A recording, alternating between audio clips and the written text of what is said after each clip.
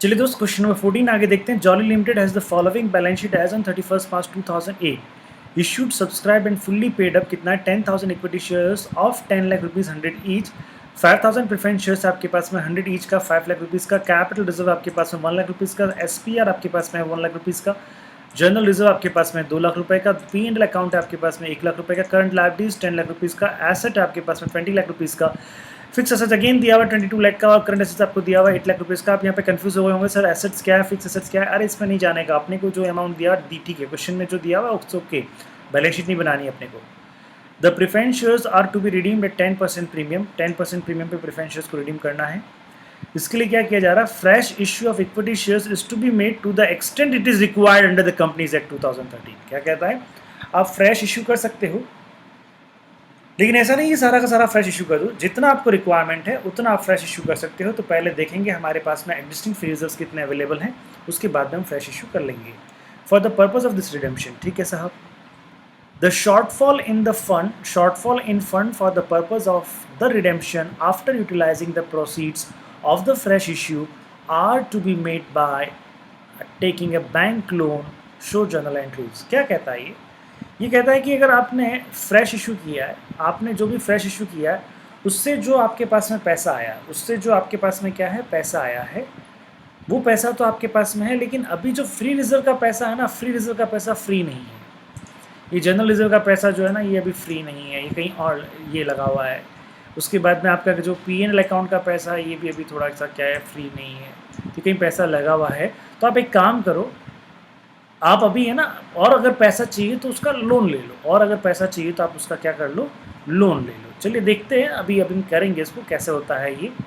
The shortfall in the fund for the purpose of redemption. Okay fine. तो सबसे पहले आप देखिए, सबसे पहले मैं अगर यहाँ पे बात करूँ तो मुझे टोटल रिक्वायरमेंट कितनी है, मुझे टोटल रिक्वायरमेंट कितनी है भैया, मुझे बताओ। अगर मैं टोटल रिक्वायरमेंट कहता हूँ, कैपिटल का कितना है, कैपिटल का कितना पैसा मुझे देना है भैया, 5 लाख रुपया देना है। कितना देना है बाबू? 5 लाख रुपया देना है। अच्छा, उसके बाद में प्रीमियम का रिडेम्पशन, प्रीमियम पे है ना रिडेम्पशन, प्रीमियम पे कितना परसेंट आपका रिडेम्पशन है? 10% का। तो कैपिटल का कितना परसेंट? 10%। कैपिटल का 10% मेरे को क्या देना है? प्रीमियम देना है। तो 50,000 मुझे टोटल प्रीमियम देना है। तो टोटल मेरी रिक्वायरमेंट कितनी है? टोटल मेरी रिक्वायरमेंट है दैट इज 5,50,000। टोटल कितना है बेटा? 5,50,000। अच्छा, अब मेरे पास में अगर बैलेंस फंड अवेलेबल कितना है, तो अगर मैं यहाँ पे देखता हूँ मेरे पास में जनरल रिजर्व कितना है। जनरल रिजर्व है साहब मेरे पास में 1 लाख रुपया। जनरल रिजर्व कितना है मेरे पास में? 2 लाख रुपया जनरल रिजर्व है मेरे पास में। P&L अकाउंट कितना है मेरे पास में? P&L अकाउंट है बेटा, चला चेक करते हैं P&L अकाउंट कितना है मेरे पास में। P&L अकाउंट 1 लाख रुपया मेरे पास में, यानी 3 लाख तो रुपया है मेरे पास में। मेरे को चाहिए कितना? 550। 550 में से है कितना मेरे पास में? 3 लाख है। तो मुझे अब और कितना, मुझे बैलेंस फंड कितना देखना पड़ेगा? Fresh issue, balance fresh issue कितना करना पड़ेगा? वो कितना करना पड़ेगा? 550 मेरे को चाहिए था, उसमें से मेरे पास में 2 लाख भी है, 1 लाख भी है, यानी 3 लाख, यानी 2,50,000 रुपया। 2,50,000 रुपये की मेरे को नए शेयर इशू करने पड़ेंगे, मुझे नए शेयर्स इशू करने पड़ेंगे। समझ में आ रहा है ये चीज़? अच्छा साहब, जब 2,50,000 के नए शेयर इशू करोगे तो आपके पास में कैश आ जाएगा, इतना आपके पास में क्या आ जाएगा? कैश आ जाएगा। अच्छा, टोटल कैश की कितनी रिक्वायरमेंट है? अगर मैं बात कहता हूँ मुझे टोटल कैश की रिक्वायरमेंट है मेरे को कितनी? टोटल कैश की रिक्वायरमेंट है 5,50,000, क्योंकि इतना ही तो पेमेंट करना है अपने को, 5,50,000। फाइन। अच्छा, इसमें से मैं अगर बात कहता हूँ मेरे पास में जो अमाउंट रिसीव हो जाएगा फ्रेश इश्यू से, यानी नए शेयर्स से, न्यू शेयर से कितना अमाउंट रिसीव होगा बेटा? न्यू शेयर से अमाउंट रिसीव होगा मेरे पास में 2,50,000। कितना होगा? 2,50,000। तो मुझे बैंक लोन कितना चाहिएगा? मुझे बैंक लोन चाहिएगा, यहाँ पे अगर मैं बात कहता हूँ तो बैंक लोन चाहिएगा 550 minus 250, it comes 3 lakh rupees का मुझे बैंक लोन चाहिएगा। ठीक है, चलिए अगेन मैं किस तरह से इसको क्वेश्चन को कर रहा हूँ बेटा, मैं किस तरह से आपको समझा रहा हूँ, ये इसी तरह से समझा रहा हूँ कि इस क्वेश्चन में हम ये मान रहे हैं सेक्शन 133 कंपनी है, सेक्शन 133 वाली कंपनी है, और इसमें हम सिक्योरिटी प्रीमियम का पेमेंट है, हम कौन से रिजर्व से करेंगे? एग्जिस्टिंग फ्री रिजर्व से करेंगे। अब आप चाहें तो एग्जिस्टिंग फ्री रिजर्व से इन दोनों में से कोई भी ले सकते हैं, ये दोनों जो है इन दोनों में से आप कोई भी ले सकते हैं, कोई दिक्कत नहीं है। क्लियर साहब? चलिएगा, तो अब आपके पास में क्लियरिटी आ गई है।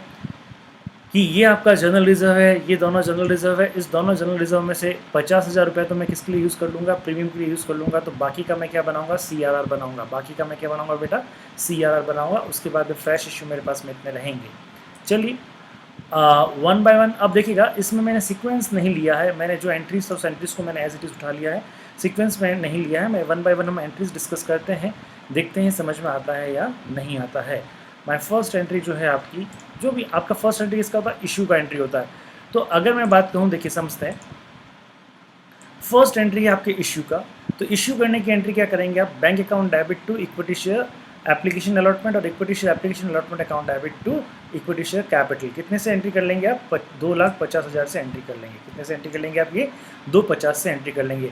आप चाहें तो डायरेक्ट भी एंट्री कर सकते हैं, bank account debit to equity share capital account 2,50,000 से, ये पहली एंट्री आपकी हो जाएगी। समझ में आ गया। अच्छा, दूसरा एंट्री क्या करेगा, अपने को CRR बनाना होगा। क्या बनाना होगा, CRR बनाना पड़ेगा। तो 2,50,000 तो चला गया फ्रेश इशू से, पीछे कितने का CRR बनेगा आपके पास में, 250 का CRR बनेगा। ठीक है, तो 250 कहाँ से लेंगे, जनरल रिजर्व से ले लेते हैं अपन। General reserve account debit, P&L account debit to CRR। General reserve कितने से लोगे आप, अगर सपोज करो आपकी ये जो प्रीमियम का 50,000 है, यह आप जनरल रिजर्व में से लेंगे, तो पीछे जनरल रिजर्व कितना बचेगा आपका, 150। कितना बचेगा आपका, 150। तो जनरल रिजर्व अकाउंट डेबिट 150 से, P&L अकाउंट डेबिट आपका, जनरल रिजर्व अकाउंट डेबिट 150 से, P&L अकाउंट डेबिट आपका कितने से हो जाएगा, वो भी आपका 1 लाख से हो जाएगा। और उसके बाद में क्या हो जाएगा आपका, टू कैपिटल रिडेम्पशन अकाउंट। समझ में आ रहा है। चलिए मैं एंट्रीज पहले एक एक एंट्रीज आपको अनब्लॉक करके देता हूँ। ये पहली एंट्री हमारी किसकी रहेगी, पहली एंट्री रहेगी हमारी शेयर इशू की। ये आपकी पहली एंट्री रहेगी शेयर इशू की। यहाँ पे एंट्री नंबर लगा देता हूँ। ये एंट्री हमारा क्या रहेगा, 1। एंट्री नंबर हमारा क्या रहेगा, 1। उसके बाद में क्या रहेगा, इसको हम कहाँ ट्रांसफ़र कर देंगे, शेयर कैपिटल अकाउंट में ट्रांसफ़र कर देंगे। तो ये हमारा क्या रहेगा, दूसरा एंट्री रहेगा। This is our second entry जो हम कह सकते हैं, और ये हमारा सेकेंड एंट्री रहेगा। क्लियर। चलिए, ये तो कुल मिला के आप इसकी जगह पे एक भी एंट्री कर सकते हैं, bank account debit to equity share capital account, ये भी कर सकते हैं। बीच में ये सारी बातें गायब हो जाएगी। ओके, उसके बाद में हम क्या करेंगे, CRR बनाएंगे। क्या बनाएंगे हम, CRR बनाएंगे। 2,50,000 का क्या बन जाएगा, CRR बन जाएगा। 2,50,000 का क्या बन जाएगा बेटा, CRR बन जाएगा। ये 2,50,000 का आपका CRR बन जाएगा। क्लियर साहब, किसी को इस एंट्री में कोई दिक्कत नहीं है। चलिए, फिर हम क्या करते हैं, हमें प्रीमियम की व्यवस्था करनी होती है। कितने की क्या व्यवस्था करनी होती है, प्रीमियम की। यहाँ प्रीमियम की व्यवस्था हम कहाँ से कर रहे हैं, जनरल रिजर्व से कर रहे हैं। कहाँ से कर रहे हैं हम, यहाँ पे जनरल रिजर्व से कर रहे हैं। तो यहाँ पे एंट्री क्या हो जाएगी आपकी, general reserve account debit to premium on redemption of preference shares account. समझ में आता है बात। उसके बाद में आप क्या करेंगे, आप उसके बाद में तो वही हमें क्या करना है, अमाउंट ड्यू करना है। उसका क्या करना है, पेमेंट करना है। अमाउंट को ड्यू करना है, और उसके बाद में उसका क्या करना है, मुझको पेमेंट करना है। उसको क्या करना है, पेमेंट करना है। Hope you understood. समझ में आया जी आपको। लेकिन सर यहाँ पेमेंट कैसे करेंगे, क्योंकि पेमेंट के लिए तो हमको भी लोन भी तो लेना पड़ेगा। नए शेयर से तो 2.5 लाख आया पेमेंट। बैंक लोन कितने का लेंगे, 3 लाख का। तो पहले क्या लेंगे हम, बैंक लोन। यहाँ पे बैंक लोन। तो bank account debit to bank loan कितने का ले रहे हैं हम, 3 लाख रुपए का ले रहे हैं। और यहाँ पे इसको हम वापस क्या कर रहे हैं, दैट इज सर, और ये पेमेंट कर रहे हैं। बात समझ में आई साहब आपको।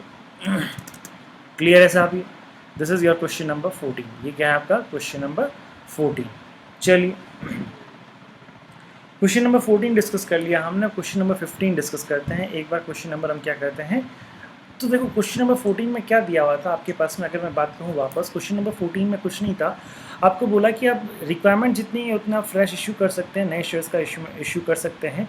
तो हमने देखा कि हमने इसको सेक्शन 133 कंपनी माना है, और इसमें हमने क्या कहा कि जो भी premium on redemption of preference shares होगा उसका हम अरेंजमेंट कहाँ से करेंगे, उसका हम एग्जिस्टिंग रिजर्व से अरेंजमेंट करेंगे। तो उसको हमने जनरल रिजर्व से लिया। तो जनरल रिजर्व आपके पास में 2 लाख रुपये था, उसमें से 50,000 चला गया, तो 1,50,000 रहा। P&L अकाउंट आपका 1 लाख रुपये रहा। तो कुल मिला के 2,50,000 हमारे पास में, 2,50,000 रुपये हमारे पास में CRR के लिए फ्री रिजर्व पड़ा है। क्लियर। कैपिटल की रिक्वायरमेंट थी 5 लाख की, उसमें से 2.5 लाख तो हमारे पास में CRR पड़ा ही था। तो 2.5 लाख रुपये का हमने और क्या कर दिया, नए शेयर इशू कर दिए। समझ में आती। ये एक पोर्शन हुआ। अब टोटल पेमेंट कितना चाहिए था अपने को, 5,50,000। उसमें से नए शेयर से कितना आ गया अपने पास में, 2,50,000। तो हमको लोन कितना लेना पड़ गया, 3 लाख रुपये का हमको लोन लेना पड़ गया। ये इसमें इस पॉइंट है। चलिए, आपको समझ में आया होगा। नेक्स्ट क्वेश्चन नंबर 15 करते हैं एक बार। क्वेश्चन नंबर 15 आपके स्क्रीन पे, क्वेश्चन नंबर 15 ये रहा। क्वेश्चन नंबर 15 क्या कहता है, Shreya Limited had an issue of 1,012% redeemable preference shares of rupees 100 each, repayable at a premium of 10%. These shares are to be redeemed now out of accumulated reserves which are more than necessary sum required. वो कहता है भैया भरपूर पैसा, चिंता ना करें. Show the necessary entries in the books of companies, assuming that the premium on redemption of shares has to be written off against the company's security premium reserve. Now, champion. यहाँ पे क्या बोल दिया गया? अब यहाँ पे तो स्पेशली बोल दिया गया यार, यहाँ पे क्वेश्चन में स्पेशली बोल दिया गया कि भैया तुमको सिक्योरिटी प्रीमियम का पैसा जो अरेंजमेंट है वो सिक्योरिटी प्रीमियम से ही करना है। सिक्योरिटी प्रीमियम का जो अरेंजमेंट है वो सिक्योरिटी प्रीमियम से ही करना है। आइए आपको बात समझ में आती है या नहीं आती है। सबसे पहले हम CRR की बात करें। तो देखिए, capital redemption reserve account debit, general reserve account debit, free reserve account debit, free reserve account debit. कितने शेयर्स हैं यहाँ पे देखो, 1000 शेयर्स से multiplied by 100 it comes 1 lakh. तो कितना हो जाएगा ये यहाँ पे आपका कितना हो जाएगा, 1 लाख हो जाएगा। तो यहाँ पे एंट्री क्या हो जाएगी, this is capital general reserve account debit to capital redemption reserve account. ये एंट्री आपको समझ में आ गई होगी। फिर हमें प्रीमियम की व्यवस्था करनी। प्रीमियम की व्यवस्था हम यहाँ पे कहाँ से कर रहे हैं, सिक्योरिटी प्रीमियम रिजर्व से कर रहे हैं। कहाँ से कर रहे हैं, सिक्योरिटी प्रीमियम रिजर्व से कर रहे हैं। फिर हम ये एंट्री कर देंगे, security premium reserve account debit to premium on redemption. उसके बाद में क्या करेंगे, अमाउंट ड्यू करेंगे। अमाउंट ड्यू करते हैं तो ये एंट्री हो जाएगी हमारी, क्या हो जाएगी, 12% redeemable preference share capital account debit premium redemption account debit to preference share holder account. और प्रेफरेंस शेयर होल्डर अकाउंट को मैं यहाँ पे नीचे रख लेता हूँ, यहाँ पे ऊपर नीचे हो चुका है। और ये एंट्री आपको समझ में आ गई होगी, ये एंट्री भी समझ में आ गई होगी बेटा। उसके बाद में क्या होगा, preference holder account debit to bank account, preference holder account debit to bank account. ये पेमेंट की एंट्री ये हो जाएगी। इस तरह से आपका क्वेश्चन नंबर 15 भी क्या हो जाएगा, कंप्लीट हो जाएगा। सिंपल क्वेश्चन, सुंदर क्वेश्चन, समझ में आती है बात। चलिए अब हम करेंगे नेक्स्ट क्वेश्चन, क्वेश्चन नंबर 16। क्या कौन सा क्वेश्चन करेंगे, क्वेश्चन नंबर 16। चलिए, थैंक यू।